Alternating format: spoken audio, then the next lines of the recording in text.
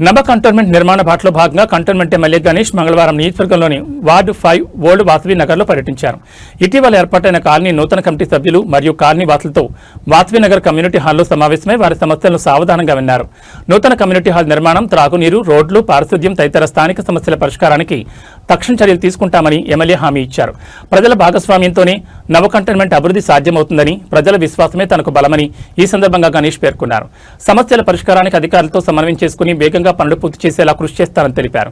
ఈ కార్యక్రమంలో కార్ఖానా పోలీసు ఆధ్వర్యంలో నిర్వహించిన డ్రగ్స్ గంజాయిని అరికట్టడానికి అవేర్నెస్ పై ఎమ్మెల్యే ప్రసంగించారు.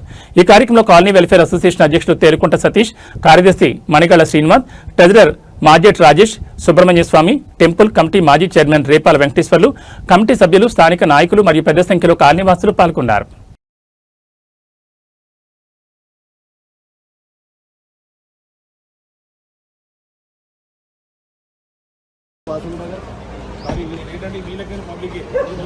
వెల్కమ్ టు ఎమ్మెల్యే శ్రీకాంత్ గారు. మా ఆహ్వానం మన్నించారు.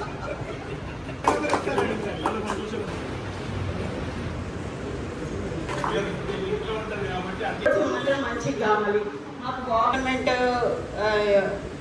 కమ్యూనిటీ హాల్ అదైతే కంపల్సరీ. వాళ్ళ దగ్గర నుంచి చాలా ప్రాబ్లం ఫేస్ చేస్తున్నారు.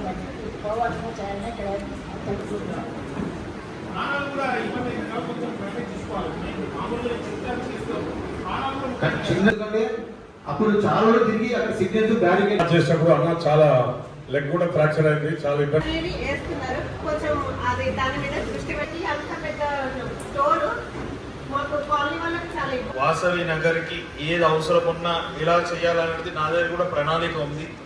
ఇప్పుడే సత్యనారాయణ సార్ చెప్పారు, చాలా మంచిగా అనిపించింది. 50 సంవత్సరాల నుంచి ఇక్కడ ఉన్నా కూడా ఇప్పటికే కావాల్సిన వసతులు లేకపోవడం, నీటి సమస్య కావచ్చు, రోడ్డు సమస్య, డ్రైనేజ్ సమస్య ఉందంటే ఆనాటి పాలకులు కావచ్చు, బోర్డు మెంబర్లు బాగా చేయాలని కూడా వారు ఆవేదన వ్యక్తం చేశారు.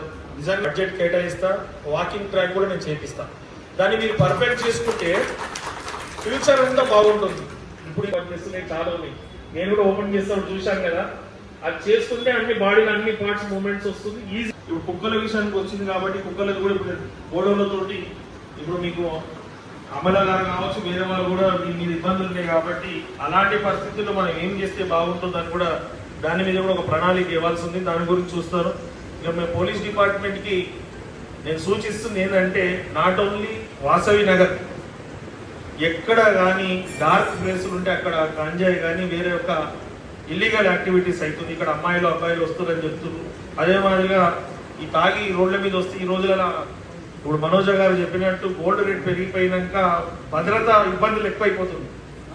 దాంతోపాటు వాళ్ళు నషాలు ఉన్నప్పుడు ఏం చేస్తారో అర్థమవుతలేదు. కాబట్టి మీరు డ్రైవ్లు నడిపించి కేసులు బుక్ చేయాలా, కేసులతో పాటు పెనాల్టీలు బాగున్నప్పుడు వాళ్ళు భయపడతారు. ఈ 100, 150 కంటోన్మెంట్ వ్యాప్తంగా గార్బేజ్ శానిటేషన్ ప్రాబ్లం ఉంది. ఎవరో కొత్త అతను టెండర్ తీసుకున్నట్ట, దాని ద్వారా క్లీన్ అండ్ క్లీన్ కరెక్ట్ లేదు. ఎవరైతే ఇప్పుడు గార్బేజ్లో క్లీన్ కాకుండా చెత్త ఎక్కడ పడితే అక్కడ వేసి పెడుతుంది కదా, అట్లా ఏమైనా ఉంటే నేనే ధర్మే కూర్చుంటాను. ఎవరైనా పిల్లలు ఒకేసారి బండి ఎక్కినారనుకోండి, మెయిన్ రోడ్ నుంచి కార్లు హెవీ స్పీడ్ వస్తాయి. హెవీ నాడి వీలైతే ఏసీపీ గారిని పిలవండి. నేను డీసీపీ గారితో కూడా మాట్లాడాను. మీరు ఒకసారి తీసుకొచ్చి వాళ్ళకి ఏం యాక్చువల్ సిచ్యువేషన్ అర్థం చెప్పండి నుంచి డబ్బులు తీసుకొచ్చి చేస్తాడు చూస్తారు. చాలా మంది అనుకోవచ్చు లాస్ట్ టైం చెప్పిన అంతకుముందు చెప్పినట్టే మనకి కంటోన్మెంట్ బోర్డులోకి అందరికి తెలుసు ఫండ్స్ లేవని చెప్తున్నారు. మనకు కూడా ముఖ్యమంత్రి గారు ఫుల్ ఫ్లెడ్జ్ గా సపోర్ట్ చేస్తున్నారు. ఏది అడిగితే కూడా అది ఇస్తున్నారు. వారికి మీరు అందరూ కూడా ఎప్పుడు కూడా సపోర్టింగ్ ఉండాలి. ఎందుకంటే వారు ఇక్కడ ఎంపీగా ఉండే కాబట్టి మన కంటోన్మెంట్ బోర్డు ఇష్యూస్ మొత్తం తెలుసు. కంటోన్మెంట్ బోర్డు మీటింగ్ లో ఒక స్పెషల్ మీటింగ్ పెట్టి ఆ పైసలు స్టేట్ గవర్నమెంట్ పోకుండా డైరెక్ట్ మన కంటోన్మెంట్ బోర్డు వస్తే కూడా రిజర్వేషన్ పాస్ చేయించాను. నేను కూడా స్టేట్ గవర్నమెంట్ తో మాట్లాడి ఆ డబ్బులు ఇక్కడనే వస్తే ఇమీడియట్ గా మనకు వర్క్స్ అయితే